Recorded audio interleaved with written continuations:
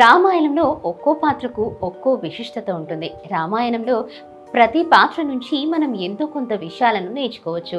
రామాయణంలో గొప్ప పాత్రల్లో ఒకటి గుహుని పాత్ర. ఈయన ఓ నిషాదరాజు, కోయ జాతికి చెందిన వ్యక్తి. పడవ నడుపుతూ జీవనం సాగిస్తూ ఉండేవాడు. తన జాతి ప్రజలను కాపాడుకునేందుకు నిత్యం ఆయన శ్రమిస్తూ ఉండేవాడు. శ్రమజీవులంటే భగవంతుడికి ఎప్పుడూ ఇష్టమే. ఏదో ఒక రూపంలో వారి పక్షాన ఉంటూ వారిని రక్షిస్తూ ఉంటాడు. మానవ రూపంలో, అందులోనూ క్షత్రియుల వంశంలో జన్మించిన శ్రీరామచంద్రుడు కూడా కోయ జాతికి చెందిన రాజగుహుడికి ప్రాధాన్యతనిచ్చాడు.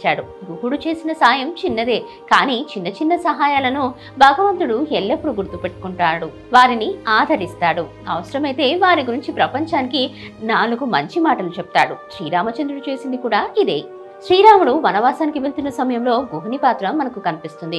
శ్రీరామచంద్రుడు అరణ్యంలోకి అడుగుపెట్టే ముందు గుహుడి రాజ్యానికి వెళ్తాడు. శ్రీరామచంద్రుల వారు వస్తున్నారని తెలుసుకున్న కోయరాజు పరుగున వచ్చి రామయ్యకు ఘనంగా స్వాగతం పలికి అతిథి మర్యాదలు చేస్తాడు. అంతేకాదు, ఆయనే స్వయంగా పడవలో సీతారాముల్ని గంగానదిని దాటిస్తాడు. ఆ తర్వాత శ్రీరామచంద్రుని వెతుక్కుంటూ వచ్చిన భరతుడికి ఆతిథ్యం ఇచ్చి అతని సైన్యాన్ని కూడా గంగానదిని దాటిస్తాడు గుహుడు.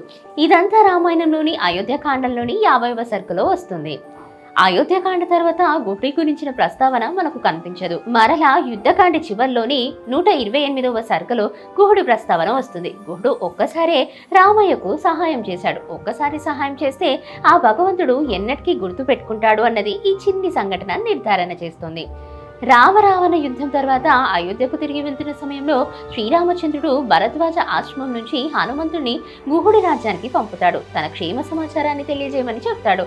గుహుడు తన ఆత్మసకుడని స్వయంగా శ్రీరామచంద్రుడే చెప్పుకోవడం విశేషం. Please subscribe to the channel and download the Politicos app from the links in the description.